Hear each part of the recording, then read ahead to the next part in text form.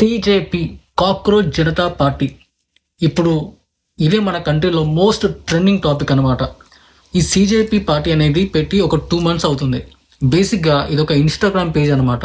దీనికి లక్షల్లో ఫాలోవర్స్ ఉన్నారు. అన్నిటికంటే ముందు అసలు ఇది ఎందుకు ఫామ్ అయింది, ఇప్పుడు ప్రజెంట్ ఇది ఎందుకు ట్రెండింగ్లో ఉంది అనేది కంప్లీట్గా చెప్పేస్తా. 10 minutesలో అర్థమయ్యేటట్టు ఈజీగా చెప్పేస్తా అనమాట. స్టార్టింగ్ నుంచి ఇప్పటి వరకు ఏమైంది అనేది మొత్తం క్లియర్గా చెప్పేస్తా. నా పర్సనల్ కామెంట్స్ అండ్ ఒపీనియన్స్ కూడా దీంట్లో మీకు షేర్ చేస్తాను అనమాట. ఇలాంటి వీడియోస్ మీ వరకు చేరాలంటే మీరు సబ్స్క్రైబ్ చేసుకోండి. Okay, let's get in to the video. అసలు ఈ సిజేపీ ఎందుకు ఫామ్ అయింది? బేసిక్గా ఇండియాలో అన్ఎంప్లాయ్మెంట్, యూత్, ఈ జాబ్ లేని వాళ్ళు ఉంటారు కదా, వీళ్ళందరి ఫ్రస్ట్రేషన్ కోసమే ఇది పుట్టిందనమాట. సో ఈ స్టూడెంట్స్, ఈ అన్ఎంప్లాయిడ్ యూత్ ఉన్నారు కదా, వీళ్ళందరూ ఈ సిజేపీ, ఈ కాక్రోచ్ జనతా పార్టీ ఈ పేజ్ని ఫాలో అవ్వడం స్టార్ట్ చేశారనమాట. అది కాస్త బాగా ట్రెండింగ్ అయిపోయింది. ఇక్కడ వింత ఏంటంటే ఈ పేజ్ స్టార్ట్ చేసిన కొద్ది రోజుల్లోనే దీనికి లక్షల్లో ఫాలోవర్స్ వచ్చారు.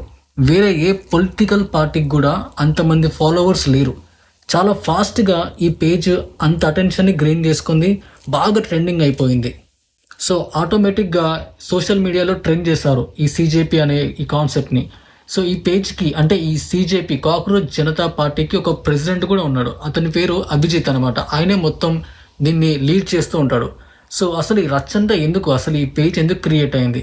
సో బేసిక్గా మన ఇండియన్ ఎడ్యుకేషన్ మినిస్టర్ ఉంటాడు కదా, అతను ఒక సందర్భంలో ఇండియాలో ఉన్న స్టూడెంట్స్ని, యూత్ని కాక్రోచెస్తో కంపేర్ చేశాడనమాట. సో దానికి ప్రతీకారంగా ఈ సిజేపీ అనేది పుట్టింది. సో ఈ నీట్ పేపర్ లీక్ అయింది కదా, ఆ లీక్ని వీళ్ళు ఖండిస్తారనమాట సిజేపీ వాళ్ళు. సో ఆల్మోస్ట్ బీజేపీకి అగెనిస్ట్గా ఉన్న పార్టీస్ అందరూ దీనికి రియాక్ట్ అయ్యారనమాట. తర్వాత అది కాస్త ఇంటెన్సిఫై అయ్యి ఇప్పుడు అదొక పెద్ద ప్రొటెస్ట్ వరకు దారితీసిందనమాట. ఇప్పుడు మనం ఇంకో పర్సన్ గురించి తెలుసుకోవాలి. ఆయన పేరే సోనం వాంగ్షు అనమాట. సో ఈయన గురించి మనం మొత్తం తెలుసుకోవాలంటే ఇంకో వీడియో ఖచ్చితంగా చేయాలన్నమాట. అంత పెద్ద స్టోరీ అయినది. సో బేసిక్గా ఈ పర్సన్ ఒక ఫేమస్ పర్సనాలిటీ అనమాట, ఒక ప్రొఫెసర్ అండ్ సైంటిస్ట్ కూడా. సో ఈ లద్దాఖ్లో ఎడ్యుకేషన్ కోసం కానీ, ఎన్వైర్న్మెంట్ కోసం కానీ బాగా ఫైట్ చేశారనమాట. సో ఈయన గురించి చెప్పాలంటే మనం ఖచ్చితంగా ఇంకో వీడియో చేయాలి. సో ప్రస్తుతం అయితే ఈయన పేరు గుర్తుపెట్టుకొని సోనం వాంగ్షు. ఇండియాలో నీట్ ఎగ్జామ్ అనేది మెడికల్ ఫీల్డ్లో చాలా పెద్ద ఎగ్జామ్. ఎంతోమంది స్టూడెంట్స్ మంత్స్, ఇయర్స్ కూడా కష్టపడి ప్రిపేర్ అవుతారు. అంత కష్టపడ్డా కూడా వాళ్ళ డ్రీమ్ అచీవ్ అవ్వడం చాలా కష్టం అనమాట. సో ఇలాంటి ఒక పెద్ద ఎగ్జామ్ పేపర్ లీక్ అయితే ఎలా ఉంటుంది? ఒక్కసారి ఊహించుకోండి. అలాంటి వాళ్ళు మన ఇంట్లో ఉంటే, మన సిస్టర్స్ కానీ, లేదంటే మనకి అలాంటివి జరిగితే అది ఎలా ఉంటుంది అనేది మనకు అర్థమవుతుంది. ఆ బాధ ఏందో అప్పుడు మనకు తెలుస్తుంది అనమాట. సో ఈ ఎగ్జామ్నే నమ్ముకొని ఎంతోమంది స్టూడెంట్స్, ఆ స్టూడెంట్స్ నమ్ముకున్న వాళ్ళ ఫ్యామిలీస్, వాళ్ళ పరిస్థితి ఏంటో మనం ఆలోచించాలి. కొంతమంది స్టూడెంట్స్ ఆల్రెడీ సూసైడ్ కూడా చేసుకున్నారు ఈ పేపర్ లీక్ అయ్యిందని తెలిసాక. ఈ నీట్ పేపర్ లీక్, దీనికి జస్టిస్ కోసం స్టూడెంట్స్ అందరూ కలిసి నేషనల్ క్యాపిటల్ ఢిల్లీలో స్ట్రైక్లు, ప్రొటెస్ట్లు స్టార్ట్ చేశారన్నమాట. So finally they are demanding for justice and accountability. So ఈ సోనం వాంగ్షు అనే ఈ పర్సన్ ఏంటంటే ఈ స్టూడెంట్స్కి సపోర్ట్గా నిలవాలనుకున్నాడు. ఈ స్టూడెంట్స్ని కాక్రోచెస్తో పోల్చారు ఈ గవర్నమెంట్ అని చెప్పేసి. ఈ నీట్ పేపర్ బాధితులందరికీ నేను స్టాండ్ తీసుకోవాలని చెప్పేసి హంగర్ స్ట్రైక్, అంటే నిరాహార దీక్ష కోసం కూర్చున్నాడు అనమాట. సో ఈ హంగర్ స్ట్రైక్ అనేది June 28 రోజున స్టార్ట్ చేశారు ఈ సోనం వాంగ్షు గారు. సో ఈయన హంగర్ స్ట్రైక్ స్టార్ట్ చేశాక ఈ సిజేపీ కాక్రోచ్ జనతా పార్టీ ఉంది కదా, వాళ్ళు కూడా ఈయనకి సపోర్ట్గా నిలిచారన్నమాట. సో వీళ్ళందరూ కలిసి జంతర్ మంతర్ అనే ప్రోగ్రామ్ పేరుతో ఈ ప్రొటెస్ట్ స్టార్ట్ చేశారు. దీనికి మన యాక్టర్ ప్రకాష్ రాజ్ ఉన్నాడు కదా, ఆయన కూడా సపోర్టివ్గా నిలిచారనమాట వీళ్ళందరికీ, ఈ సిజేపీ వాళ్ళకి. సో బేసిక్గా ఈయన డిమాండ్స్ అంటే మామూలు ఒక 3-4 పాయింట్స్ ఉన్నాయన్నమాట. ఒకటి, చనిపోయిన వారికి గవర్నమెంట్ హెల్ప్ చేయాలి. సెకండ్, ఎడ్యుకేషన్ మినిస్టర్ ఖచ్చితంగా రిజైన్ చేయాలి, బికాస్ ఆయనే దీనికి అకౌంటబిలిటీ అండ్ రెస్పాన్సిబిలిటీ తీసుకోవాలని చెప్పేసి. So third, neat paper leak చేసిన వారిని ఖచ్చితంగా పనిష్ చేయాలి. సో ఇవి ఈయన బేసిక్ పాయింట్స్ అనమాట. సో ఇవే ఈయన మెయిన్ పాయింట్స్గా గవర్నమెంట్కి చెప్తున్నాడు. సో ఈయనకి సపోర్ట్ చేస్తూ సఫర్ అయిన స్టూడెంట్స్ అండ్ వాళ్ళ ఫ్యామిలీస్, ఎంతో ఫ్రస్ట్రేటెడ్ అయిన అన్ఎంప్లాయిస్, యూత్, వీళ్ళందరూ ఈయనకి సపోర్టివ్గా నిలిచారనమాట ఈ ప్రొటెస్ట్లో. సో ఈయన ఈ హంగర్ స్ట్రైక్ స్టార్ట్ చేసిన తర్వాత రోజు రోజుకి ఈయన హెల్త్ క్షీణించిపోతుందన్నమాట. సో బాగా హెల్త్ దెబ్బతినిపోతుంది. సో మెల్లగా influencers, Bollywood actors, politicians, celebrities అందరూ వాయిస్ రేస్ చేయడం స్టార్ట్ చేశారన్నమాట. ఇంక్లూడింగ్ అపోజిషన్ పార్టీ కూడా. మెల్లగా ఇది ఇప్పుడు పొలిటికల్ డ్రామాగా మారిపోయింది.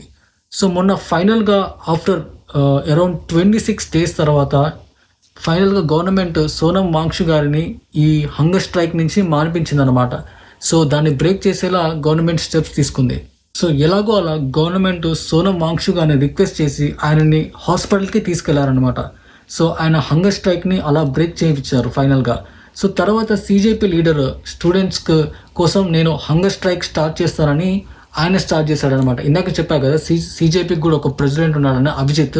సో గవర్నమెంట్ బలవంతంగా సోనం వాంగ్షు గారిని తీసుకువెళ్ళారని చెప్పేసి ఇప్పుడు ఆయనకి కంటిన్యూషన్గా నేను కూర్చుంటాను హంగర్ స్ట్రైక్లో అని చెప్పేసి స్టార్ట్ చేశాడు.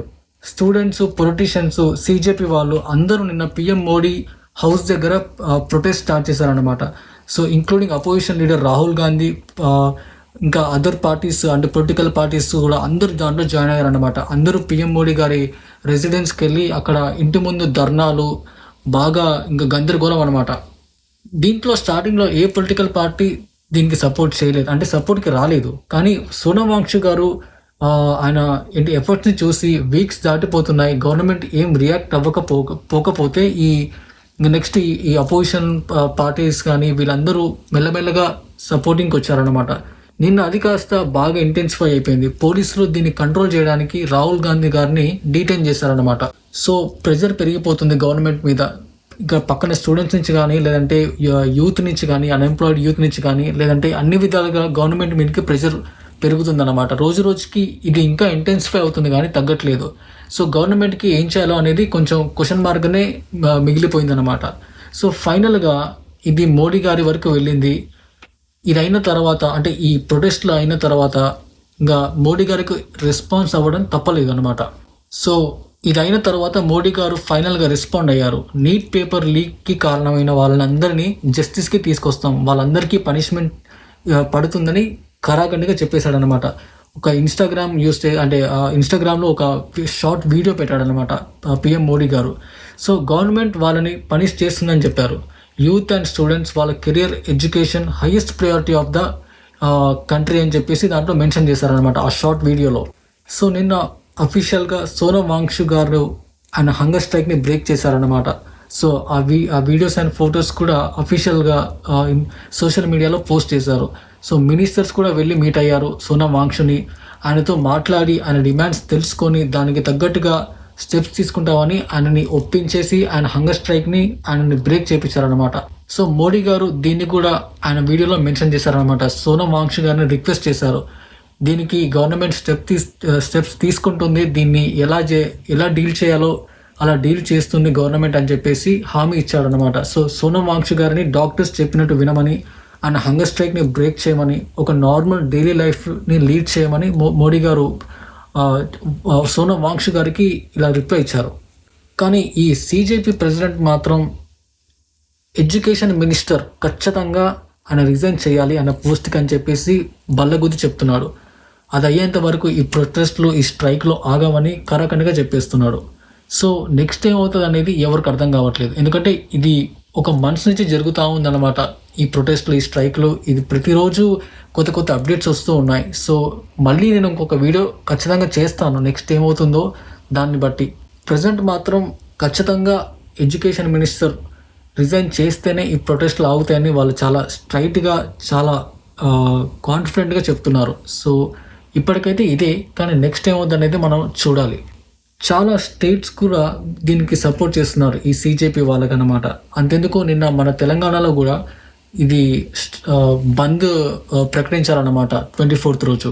సో ఇది ఈ సీజేపీ షార్ట్ స్టోరీ అనమాట. సో మ్యాక్సిమం మీ అందరికీ ఎంతో కొంత క్లారిటీ వచ్చిందని అనుకుంటున్నా ఈ వీడియోతో. సో ఇది చాలా పెద్ద స్టోరీ, కానీ మీకు అందరికీ అర్థం కావడానికి మన వీడియో లెంత్ పెరిగిపోతుంది కాబట్టి మీకు అర్థమయ్యేలా చాలా ఈజీగా షార్ట్గా చెప్తున్నాను. మనకి ప్రజెంట్ ఏమవుతుంది మన కంట్రీలో అనేది. సో మనందరము ఇవన్నీ తెలుసుకోవాలి. సో ఫైనల్గా నాకేమనిపిస్తుందంటే ఇదంతా ఒక గవర్నమెంట్ని కిందికి దించడానికి చేసే డ్రామా అనిపిస్తుంది.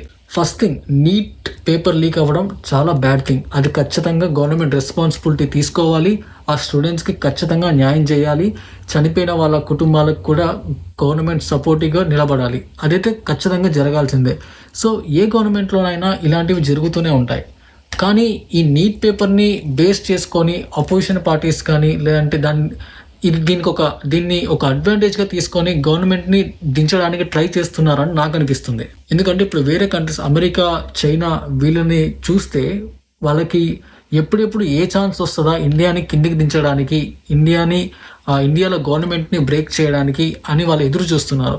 సో ఈ సిచ్యువేషన్ని వాళ్ళు యూస్ చేసుకొని మన యూత్ని రెచ్చగొడుతున్నారేమో, ఒక ఎక్స్టర్నల్ ఫ్యాక్టర్స్ అన్నీ యూస్ చేసి అని నేను అనుకుంటున్నా. ఎందుకంటే ఇదే నేపాల్లో జరిగింది, సక్సెస్ అయింది. బంగ్లాదేశ్లో జరిగింది, సక్సెస్ అయింది. శ్రీలంకలో జరిగింది, సక్సెస్ అయింది. సో ఈ జెన్జీ ప్రొటెస్ట్లు యూస్ చేసుకొని గవర్నమెంట్ని బ్రేక్ చేయాలి అనుకుంటున్నారని నాకు అర్థమైంది.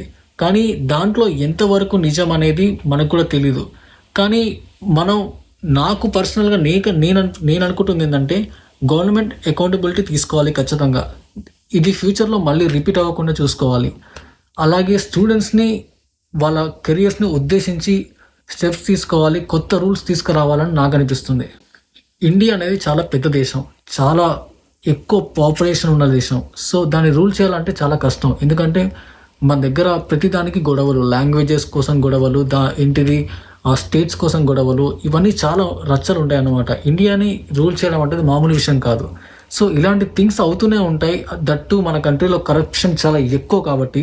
కానీ ఫ్యూచర్లో గవర్నమెంట్స్ వీటిని ఎలా ప్రివెంట్ చేయాలి అనే దాని మీద ఫోకస్ చేస్తే బాగుంటుందని నాకు అనిపిస్తుంది. మీ థాట్స్ ఏంటో కింద కామెంట్ సెక్షన్లో పెట్టండి. ఇలాంటి వీడియోస్ నా ఛానల్లో ప్రతి వీక్ వస్తూనే ఉంటాయి. మ్యాక్సిమం ఇలాంటి మంచి మంచి టాపిక్స్ నేను మీ వరకు తీసుకురావడానికి ట్రై చేస్తూనే ఉంటాను. ఒకవేళ నాకు మీరేమన్నా సలహా ఇవ్వాలనుకుంటే కింద కామెంట్ సెక్షన్లో పెట్టండి. నేను ఖచ్చితంగా మీ కామెంట్స్ చదువుతాను.